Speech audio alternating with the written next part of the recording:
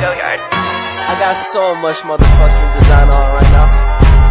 Break it down, bring it back, make it clap. I got 3 old thoughts, new block, where that thing. Bitches on my line, and you know.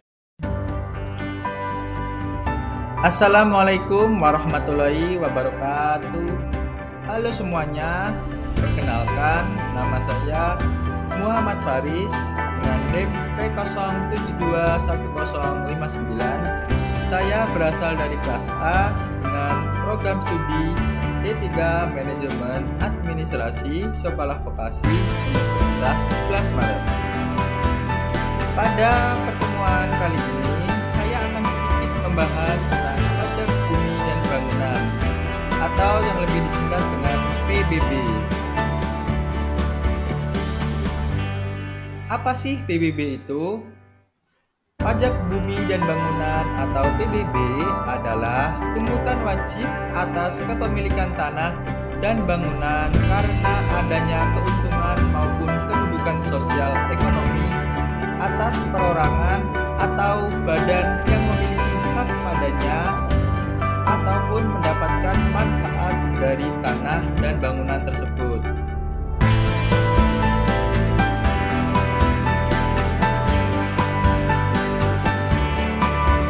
Objek PBB berdasarkan Undang-Undang Nomor 12 Tahun 1985 yang menjadi objek PBB adalah bumi dan bangunan.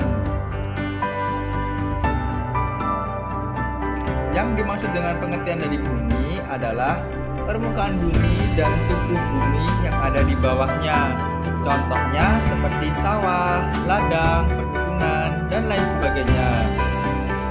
Kemudian bangunan. Bangunan yang dimaksud adalah konstruksi teknik yang ditanam atau dilekatkan secara tetap pada tanah ataupun perairan. Yang dimaksud dengan objek bangunan seperti rumah, kolam renang, mal, dan lain sebagainya.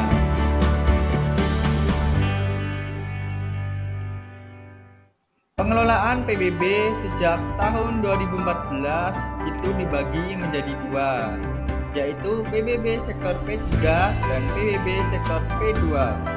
PBB sektor P3 terdiri dari sektor perkebunan, perhutanan, dan pertambangan. Nah, ini yang diperoleh oleh pemerintahan pusat.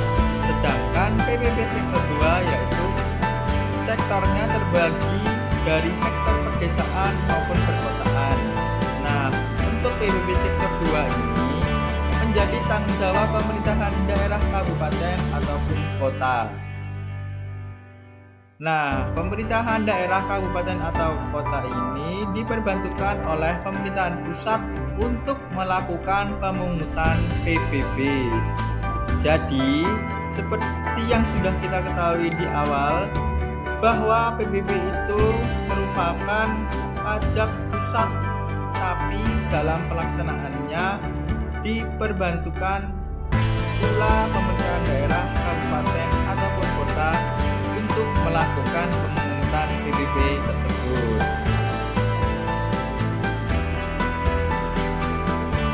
Dalam PBB kita akan mengenal istilah-istilah seperti NJOP, NJO PTKP, dan NJO PKP.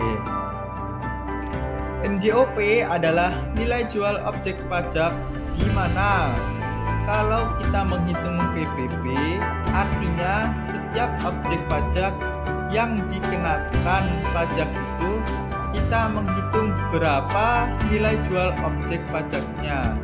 Caranya bagaimana? Kita cari tahu dulu luas objek pajaknya, lalu dikali nilai jual. Nah, biasanya kalau nilai jual objek pajak ini untuk masing-masing objek pajak itu ditentukan oleh pemerintah. Kalau mau tahu lebih jelas, nanti kalian bisa cari slip PBB kalian yang ada di rumah, dilihat nilai jual untuk masing-masing objek pajaknya berapa. Luas objek pajak ini bisa ditentukan langsung oleh kita di soal ataupun kita harus mencari. Misalnya nih bentuk objek pajaknya itu persegi, berarti kita harus mencari luas persegi. Kemudian ada NJO PTKP. Apa itu NJO PTKP? NJO PTKP adalah nilai jual objek pajak tidak kena pajak. Nah, untuk NJO PTKP di sini sifatnya itu sama seperti PKP ya. Ada sebagian dari laju objek pajak yang tidak kena pajak. Untuk range-nya ada di angka 8 juta sampai 24 juta. Untuk jumlahnya itu ditentukan nanti di soal atau ditentukan langsung oleh pemerintah.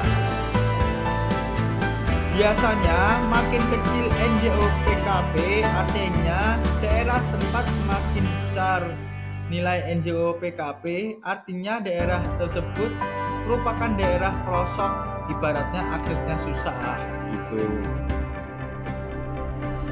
Kemudian ada NJO PKP.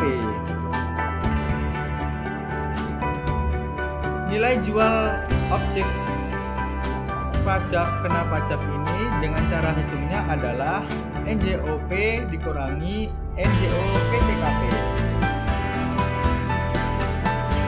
Nilai jual objek pajak kena pajak ini cara menghitungnya adalah dengan mengurangi antara NJOP dikurangi NJO PKP. Yang menjadi dasar perhitungan PBB adalah NJO PKP. Artinya kita harus mencari tahu dulu nih nilai NJO PKP sebelum mencari besarnya PBB yang terhutang. Cara menghitung PBB yang terhutang adalah NJO PKP dikali 0,5% dikali 20% atau 40%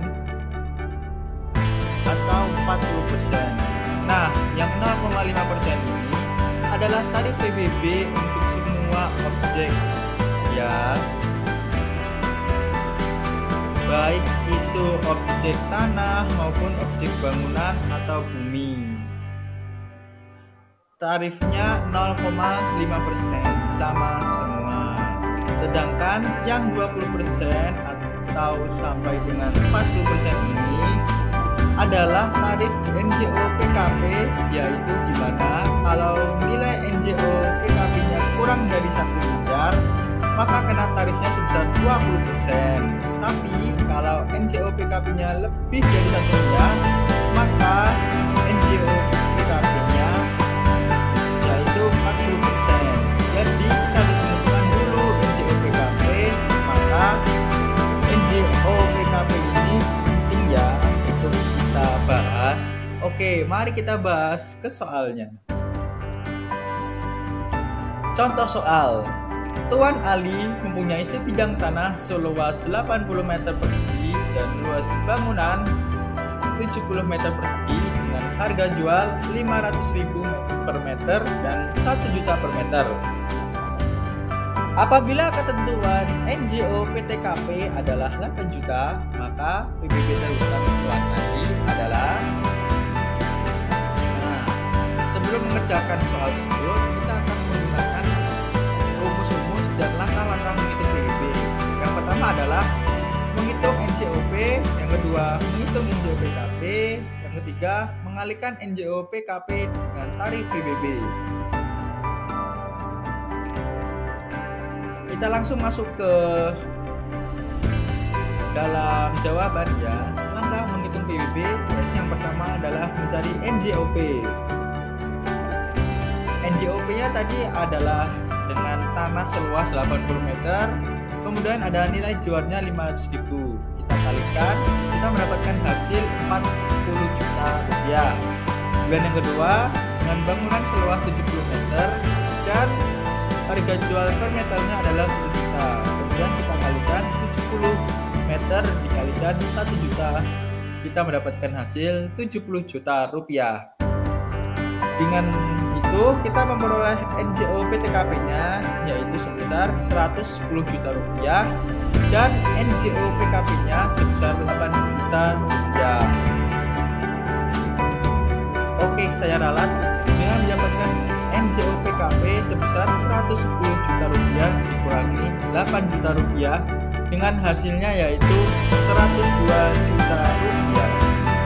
Kemudian kita langsung menghitung PPB terhutangnya, yaitu dengan rumus NJO PKP dikalikan 0,5% dikalikan 20%. 102 juta rupiah dikalikan 0,5% dikalikan 20% akan mendapatkan hasil sebesar 102.000 rupiah. Nah, itu yang menjadi PBB yang harus dibayarkan Tuan Ali. Oke, sekian materi yang dapat saya sampaikan. Apabila ada kesalahan dalam tutur kata, mohon dimaafkan. Assalamualaikum warahmatullahi wabarakatuh.